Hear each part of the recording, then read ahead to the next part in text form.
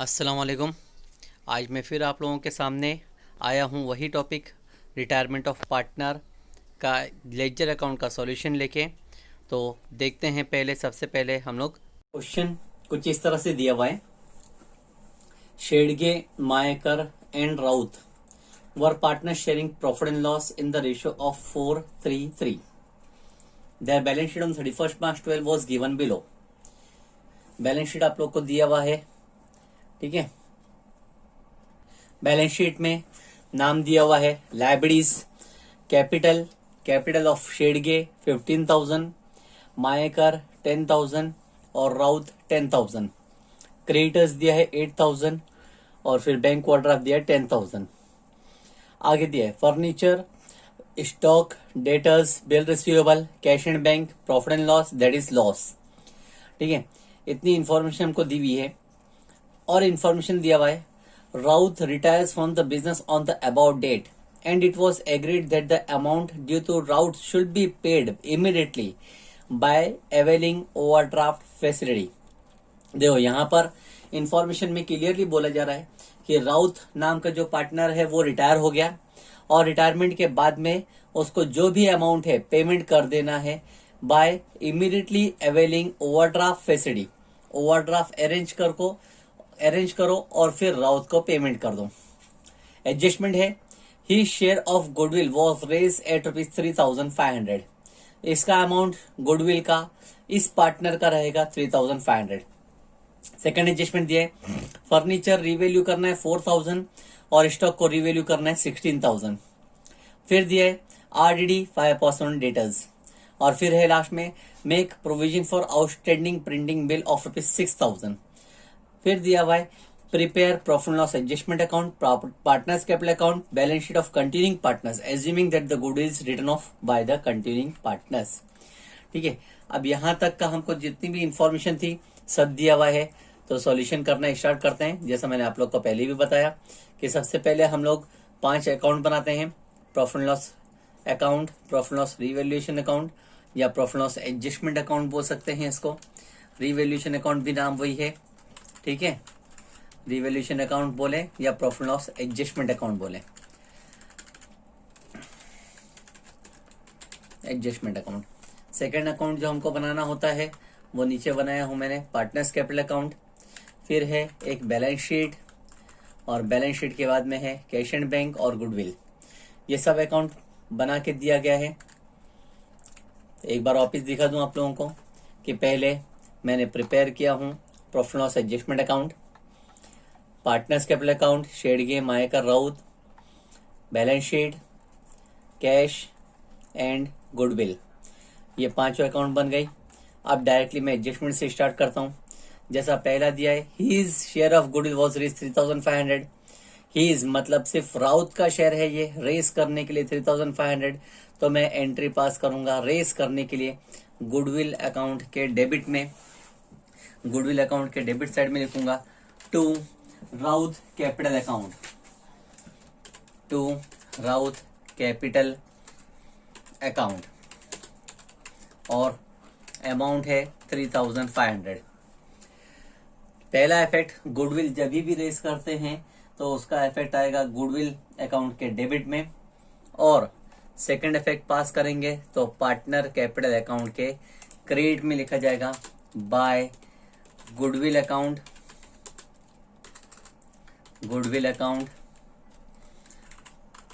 और अमाउंट सिर्फ राउत के कॉलम में जाएगा, राउत थर्ड पार्टनर में 3,500। पहला एडजस्टमेंट गुडविल को रेस करने बोला गया तो गुडविल अकाउंट के डेबिट में पास किया गया है और पार्टनर कैपिटल अकाउंट के क्रेडिट में। पहला एडजस्टमेंट कंप्लीट। अब हम देखते हैं second adjustment. Revalue furniture 4,000, furniture को रिवैल्यू करने का है 4,000। तो फर्नीचर को रिवैल्यू करने की पहली एंट्री पास करते हैं हम लोग। फर्नीचर चेक करें, बैलेंस शीट में दिया 4,200, लेकिन एडजस्टमेंट में बोला है 4,000 करने, यानी 200 रुपए कम होगा। तो पहले बैलेंस शीट में लिखेंगे हम लोग फर्नीचर पुराना वैल्यू जो कि अमाउंट है 4,200, लेकिन हमको रिड्यूस करने का है तो इसलिए माइनस करेंगे माइनस डेप्रिसिएशन और अमाउंट है 200 रुपये डेप्रिशिएशन का, तो वैल्यू हमारी बचती है 4000।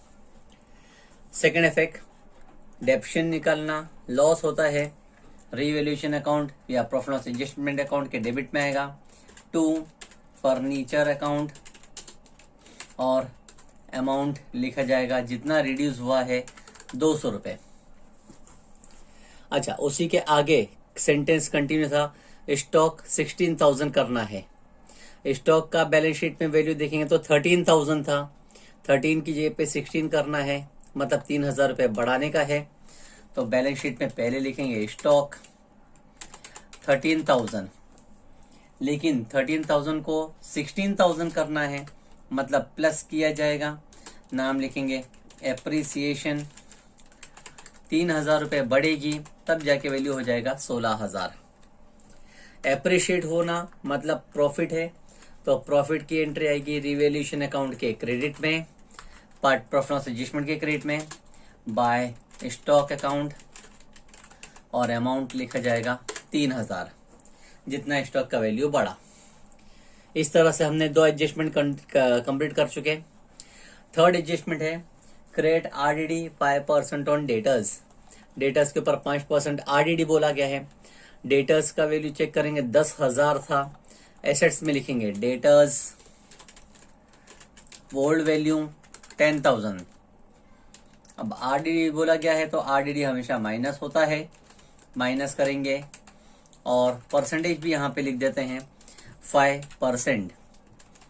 5% माइनस करना है, मतलब 500 रुपये माइनस करना है।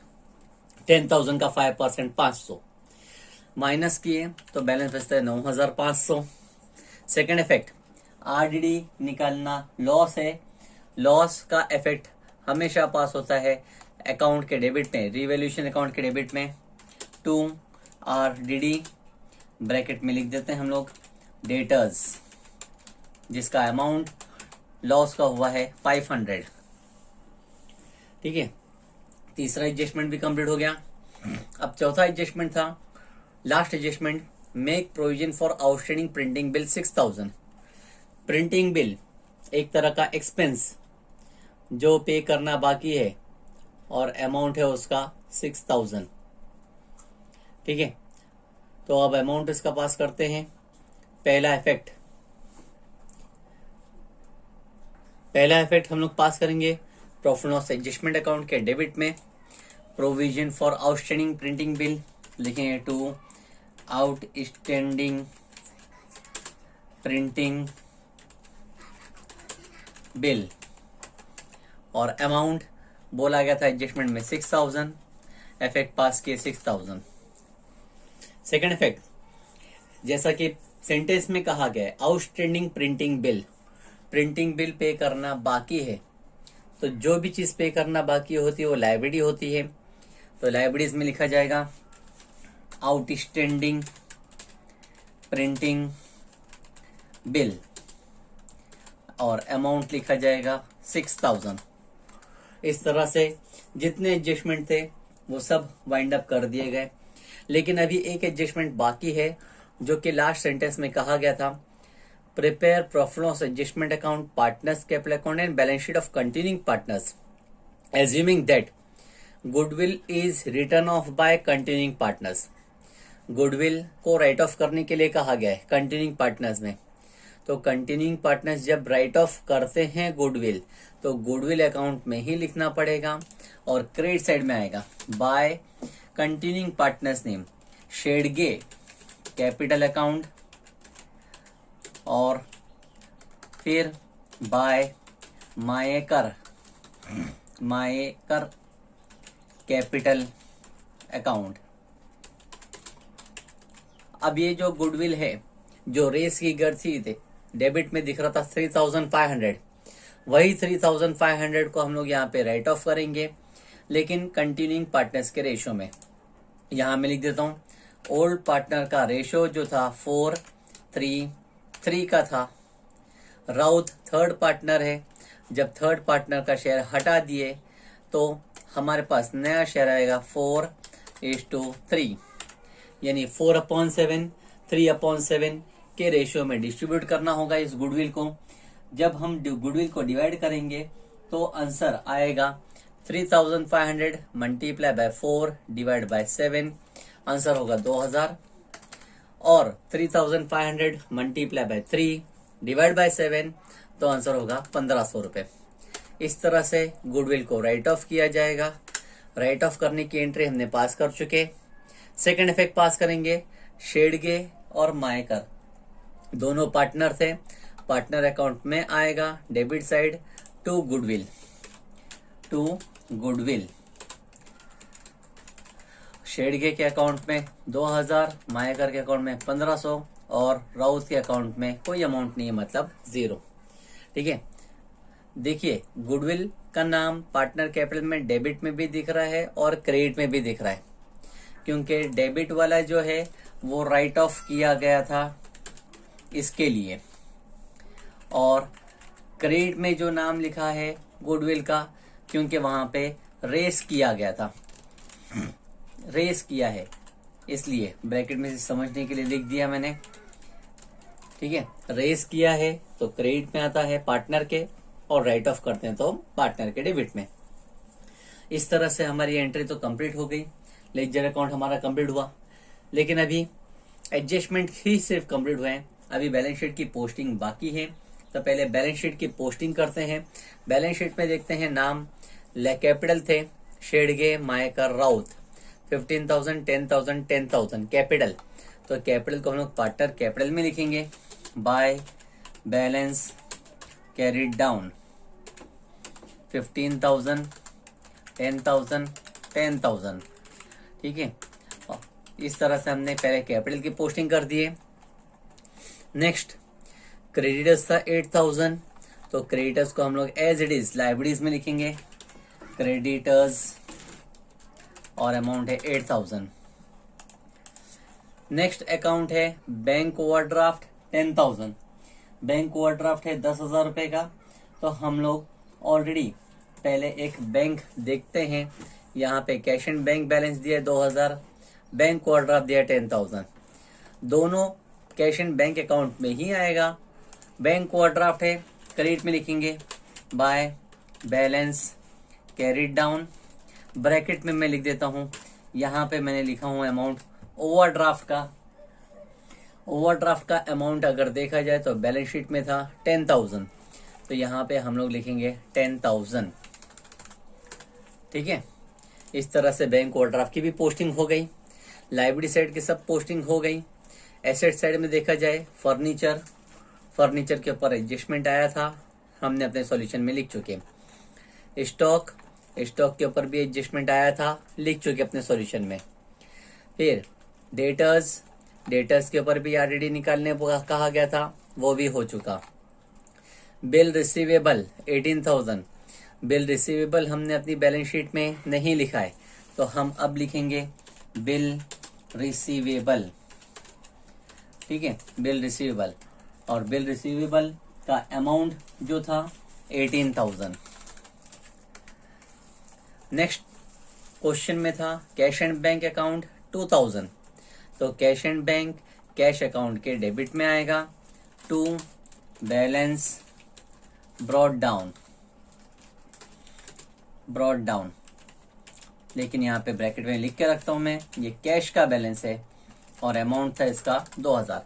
अगर ध्यान दें तो कैश अकाउंट में 2 बार बैलेंस आ रहा है, एक बार क्रेडिट में और एक बार डेबिट में।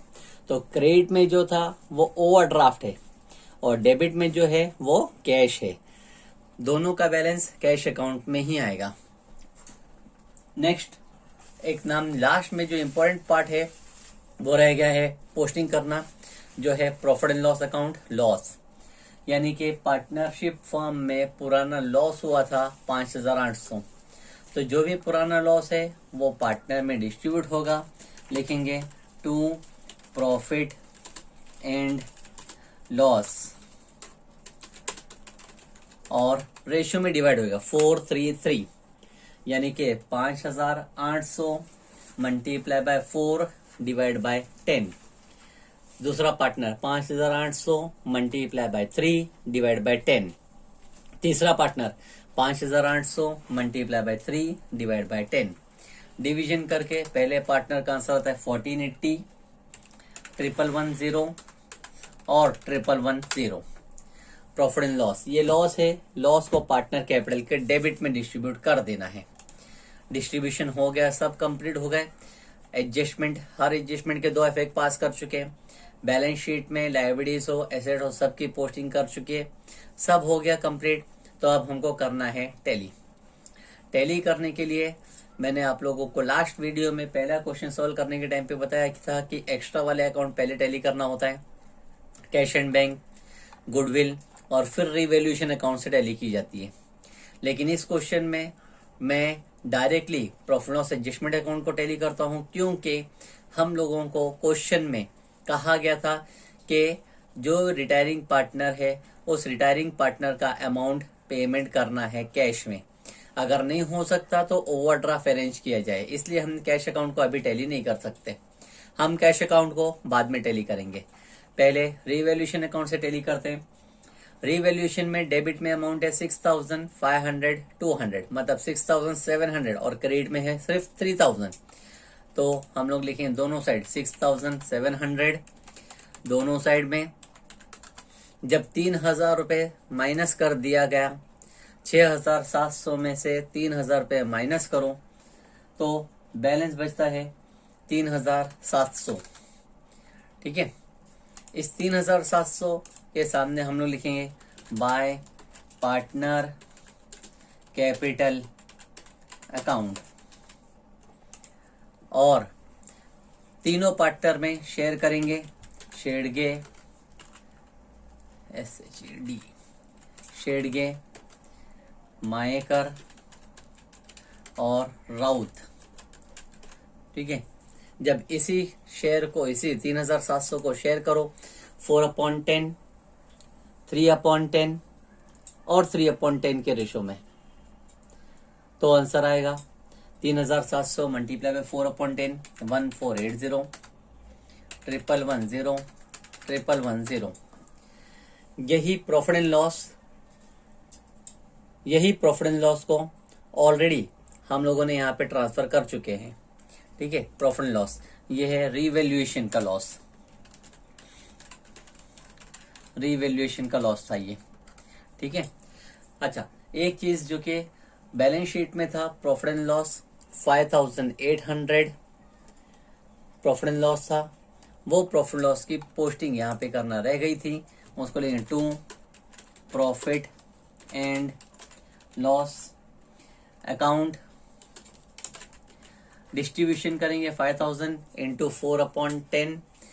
गलती से अमाउंट पहले गलत बता दिया था मैंने, अब उसको रेक्टिफाई करता हूँ, वो है 2320। सेकेंड पार्टनर का अमाउंट आएगा 1740 और थर्ड पार्टनर का आएगा 1740। ठीक है, कंटिन्यू करते हैं अपना सेकंड अकाउंट यानी पार्टनर कैपिटल अकाउंट को टैली करने का काम। पार्टनर कैपिटल अकाउंट को देखते हैं। डेबिट में शेडगे 2,000, 1,480, 2,320, सबको एडअप करेंगे। 2,000 प्लस 1 3 4 5 5,800 होता है डेबिट, 5,800, जबकि क्रेडिट में होता है 15,000। तो 15,000 दोनों साइड लिखा जाएगा। 15,000, जब 15,000 में से 5,800 माइनस किया 9,200 बैलेंस बचेगा। सेकंड पार्टनर 1,500, 1,110 और 1,740 एडअप करेंगे तो अमाउंट होता है 1,000, 2,000, 3,000, 700, 800, 3,800, 4,350, 4,350 होता है, जबकि क्रेडिट में है 10,000। तो 10,000 लिखा जाएगा ऑल साइड, बोथ साइड। 10,000 में से 4,350 माइनस किए तो बचे 5,650।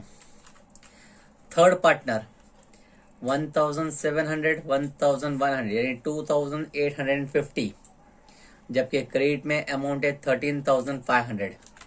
13,500 दोनों साइड में लिखा जाएगा। 13,500 में से 2,850 माइनस करें तो बैलेंस बचेगा 10,650। तो जो दो पार्टनर कंटिन्यू कर रहे हैं उनके सामने हम लिखेंगे to balance carried down, to balance carried down. और जो पार्टनर रिटायर हुआ है राउत, उसको लिखेंगे टू कैश अकाउंट, क्योंकि उसको कैश पे करना था, लोन में ट्रांसफर करके नहीं बोला है, तो हम लोग लोन में ट्रांसफर नहीं करेंगे, डायरेक्टली उसको कैश पे करेंगे। ठीक है। अब ये जो अमाउंट है बैलेंस, जो शेडगे और मायकर कंटिन्यू कर रहे थे, इन दोनों का बैलेंस लाइबिलिटीज में आएगा, कैपिटल ट्रांसफर कर देंगे, कैपिटल अकाउंट शेडगे और मायकर। शेडगे का अमाउंट देखा गया था 9,200, मायकर का अमाउंट देखा गया था 5,650। तो जब दोनों अमाउंट को हम लोग एडअप करते हैं तो अमाउंट होगा 14,850। ठीक है। अब ये जो कैश का अमाउंट था किसका, जो रिटायरिंग पार्टनर है राउत, राउत का अमाउंट है जो कि कैश में पे किया गया है 10,650। इस अमाउंट को हम लोग कैश के क्रेडिट में लिखेंगे by Raut account. Raut account को पे किया गया अमाउंट है 10,650। ठीक है।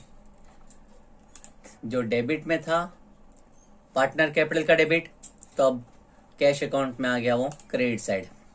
अब हम कैश अकाउंट को टैली करेंगे, तो जब कैश अकाउंट को टैली करते हैं, डेबिट में 2,000 है, क्रेडिट में 10 + 10 20,650 है। 20,650 दोनों साइड लिखा जाएगा। 20,650 में से हमने माइनस करना है 2,000, तो जब 2,000 माइनस करें तो 18,650 बैलेंस बचेगा, उसको लिखेंगे by balance carried down, by balance carried down. और ये है ओवरड्राफ्ट का क्लोजिंग बैलेंस, जो हम लोग को अरेंज करने के लिए कहा गया था। ओवरड्राफ्ट है, यानी बैंक में पैसा था नहीं हमारे पास, हमने बैंक से और ओवरड्राफ्ट लिया, तो ओवरड्राफ्ट बन गया 18,650। यही अमाउंट हमको लाइबिलिटीज में ट्रांसफर करना पड़ेगा। बैंक ओवरड्राफ्ट जिसका अमाउंट आया था 18,650।